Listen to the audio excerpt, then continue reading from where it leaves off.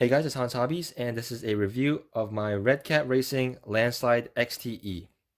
This is a 1/8 scale, 4-wheel drive, 4S, brushless monster truck you can get for $300. Now, that's an excellent price because $300 usually will only get you a 10th scale brushless monster truck, but to get an 8 scale for that amount of money is just too good to be true, right?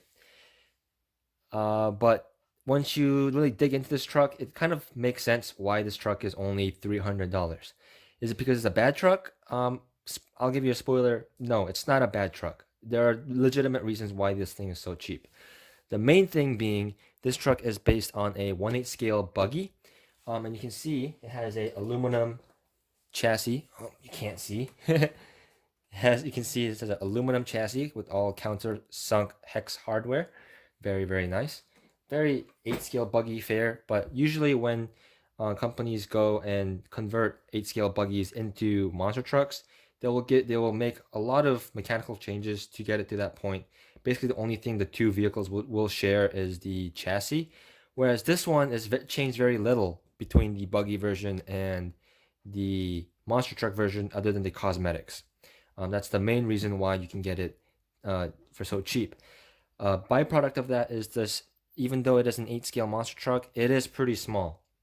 It's about the size, wheelbase wise, of a 10 scale short course truck. It's obviously a lot wider because it is a monster truck. It's probably closer to a 9th scale vehicle than an actual 8 scale monster truck. So that is something to keep in mind. But it does use 17 millimeter hex hubs and 17 millimeter lock nuts. So that is, well, not lock nuts, serrated nuts. So it is typical 8th scale fare there. The body personally is one thing that kind of drew me to this truck. I really like the look of the body. I love this truck look. Nice fender flares on here. I love the color of it. I'm a big fan of blue and some blue truck. Um, it has that Ford Super Duty kind of look going to it, and I'm a big fan of how those look. And it has these nice like flame details going on in the front and on the sides. It's a very nice looking body, but as you can see with mine, it is pretty beat up. And unfortunately, the body itself is made out of PVC, not Lexan, so it will crack. It will get destroyed pretty easily. Also, because the truck is pretty heavy, probably weighs around 10 pounds or so. So the body does not stand up to abuse. So you want to kind of reinforce it with duct tape and shoe glue, which is kind of what I've gone and done with this one, but evidently I've missed a couple spots, and because of another part that broke, I had an incident where I actually ran over the body, which is why mine's so destroyed. While we're talking about stuff we can see on the exterior, the wheels and tires are very nice. These are some of the best wheels and tires I've ever seen on a stock monster truck. You can see I'm pushing pretty hard there. And these tires are very soft, very grippy. These are very nice tires. I love these tires. The tires themselves are the same as the ones that come on the Redcat Ground Pounder.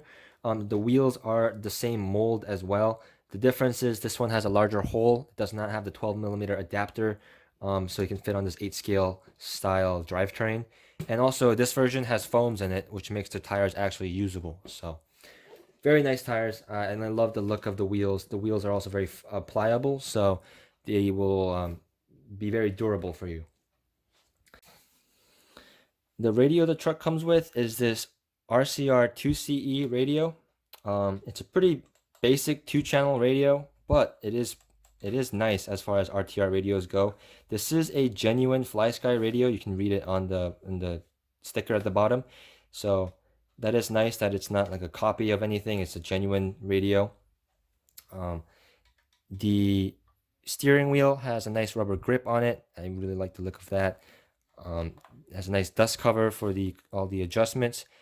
Plenty of adjustments in there: steering, throttle reverse, binding, steering trim, throttle trim, dual rate, steering dual rate, the on and off here. And you can see they put a new cover over the LED lights so they don't blind your face when you turn them on like the old ones used to.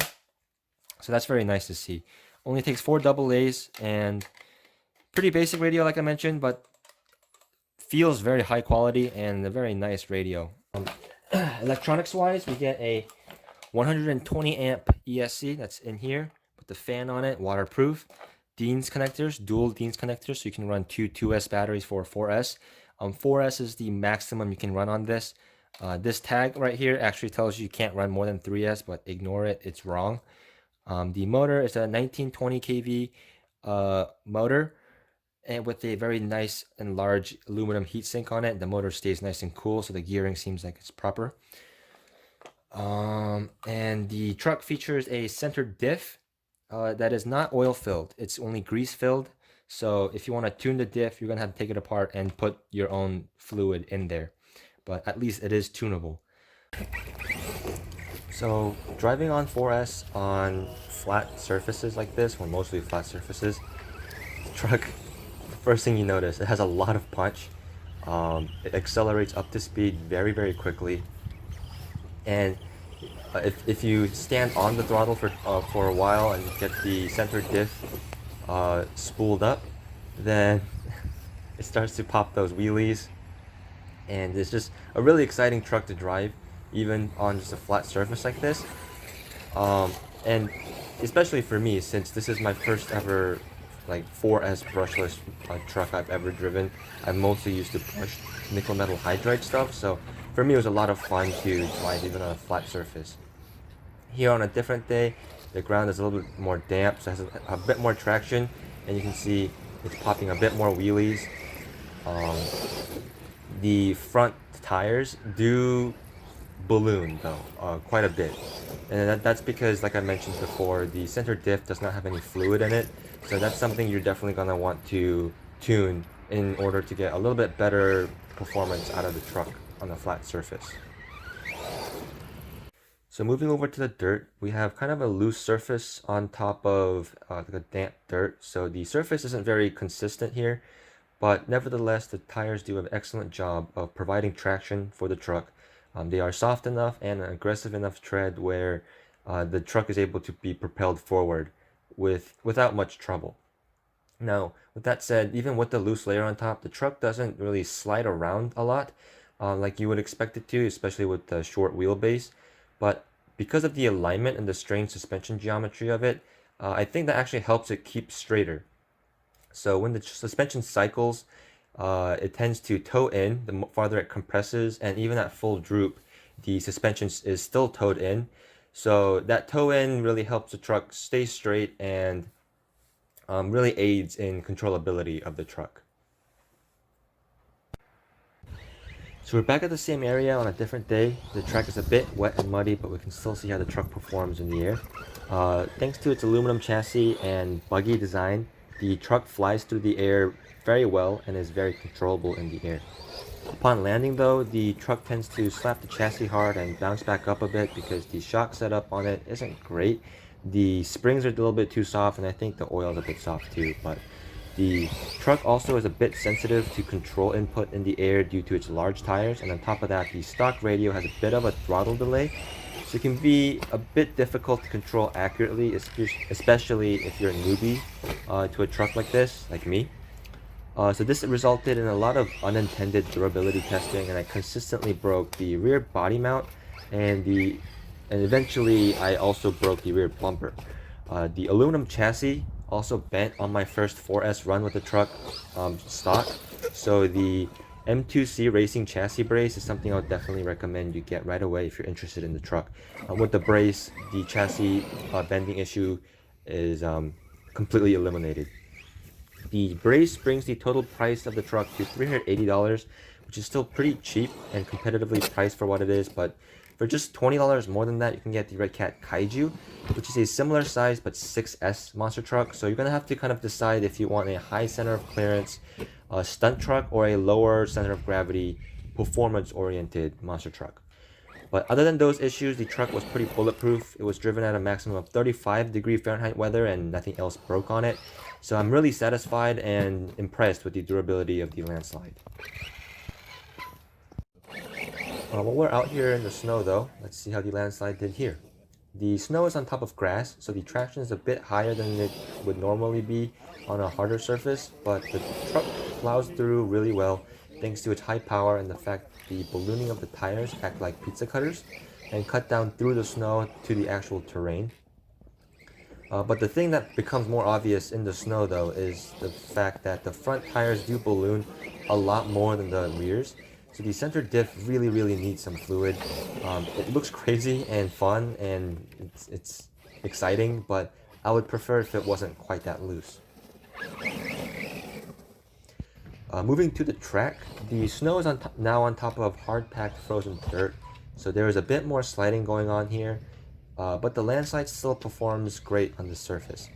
The center diff on the truck allows the truck to corner very well when you want it to, and the strange toe-in bumps here at the rear helps here again, keeping the truck straight on acceleration on the straights. The truck is also very symmetrical in the chassis setup, left to right, so that also helps with the balance and the handling of the truck. And as we saw before, it also flies excellently through all the jumps. And even stock like this, the truck is very easy to handle on the track, and it handles well. With just a bit of tune-up, this thing would be an absolute track weapon, I think, as far as monster trucks go.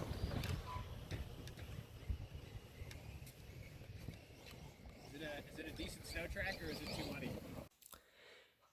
So to summarize, this is a very nice truck. It's exciting to drive. There's never a dull moment with this truck. It handles very well thanks to that aluminum chassis and the center diff. The tires are also fantastic, so that helps with performance as well. The truck, as you saw, is very durable. Even in cold weather, there were only very minor parts that broke on it. The electronics have stood up. A lot of people have had runaway issue with this electronics. Typically the receiver, but I personally haven't had a lot of issues regarding that. So for me anyway, the electronics have stood up pretty well. Even the servo didn't really seem like it. I was longing for a stronger or faster servo. Um, Overall, really nice truck. It's very durable, easy to work on, easy to find parts on. Parts for can't say enough good things about it. Of course, some complaints I did have about it is the battery, especially with this upper brace installed. The battery is kind of annoying to install, especially with these straps. So that is a little bit of a snag. The fact that it requires an aftermarket brace is also a big sticking point for recommending this truck. But as long as M2C Racing offers this brace, I can confidently recommend the Redcat Landslide XTE. It's an amazing truck. It's a fun truck, easy to work on, very good value, even after buying the aftermarket brace for it. So if you are even looking at this truck, I would say pull the trigger on it. It's a great truck, and I will personally be keeping this around a little bit longer than I originally anticipated. I will be changing some stuff up, like changing tires, changing the body, just changing some stuff about it, tuning it up a little bit to drive a little bit better. Also learning how to drive better, but amazing truck. Yeah, I don't have anything else to say about it. And so at the risk of rambling on and gushing too much about this truck, I will let you guys go. Thank you guys so much for watching. I know the lighting wasn't very good here. I have to figure out a better way to film reviews of some larger vehicles like this. But and the review was a little bit longer, but a lot of people told me they preferred this style. So thank you guys for your input, and as always, thank you guys so much for watching. Subscribe, leave a comment down below, give me a like, all that good YouTube shenanigans, and I will see you guys next time.